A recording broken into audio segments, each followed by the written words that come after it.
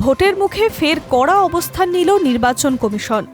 রাজ্যে আসন্ন নির্বাচনের আগে ভোট প্রক্রিয়াকে সম্পূর্ণ নিরপেক্ষ ও স্বচ্ছ রাখতে একাধিক গুরুত্বপূর্ণ নির্দেশ জারি করা হয়েছে।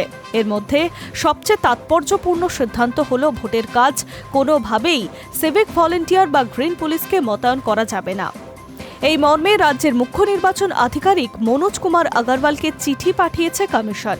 সেখানে স্পষ্টভাবে জানানো হয়েছে, ভোটের আগে, ভোটের দিন বা ভোটের পরবর্তী সময় কোনো পর্যায়েই সিভিক ভলেন্টিয়ার বা গ্রিন পুলিশের অংশগ্রহণ গ্রহণযোগ্য হবে না।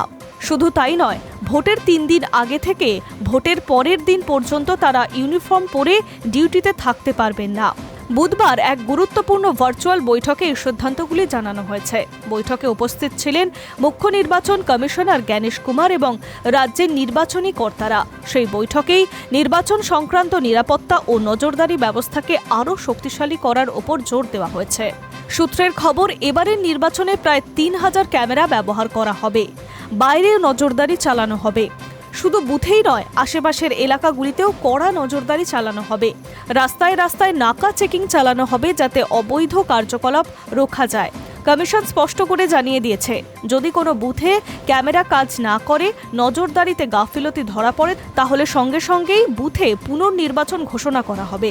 পুনর্নির্বাচন সংক্রান্ত এই নির্দেশে যথেষ্ট তাৎপর্যপূর্ণ বলে মনে করছে রাজনৈতিক বিশ্লেষকরা। সাধারণত ভোট গ্রহণের অনিয়ম, হিংসা বা প্রযুক্তিগত সমস্যার অভিযোগ উঠলে পুনর্নির্বাচনের সিদ্ধান্ত নেওয়া হবে।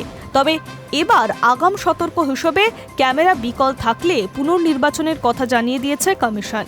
এছাড়াও ভোট কেন্দ্র সংলগ্ন এলাকায় আইন শৃঙ্খলা বজায় রাখতে 144 ধারা জারি করেছে কমিশন। সাধারণ নিয়ম অনুযায়ী বুথের 200 মিটার এলাকার মধ্যে জমায়েত নিষিদ্ধ থাকবে। তবে এবার কিছু পর্যবেক্ষক প্রস্তাব দিয়েছেন, যেসব জেলাকে সংবেদনশীল হিসেবে চিহ্নিত করা হয়েছে সেখানে পুরোপুরি জেলা জুড়ে 144 ধারা জারি করা হবে।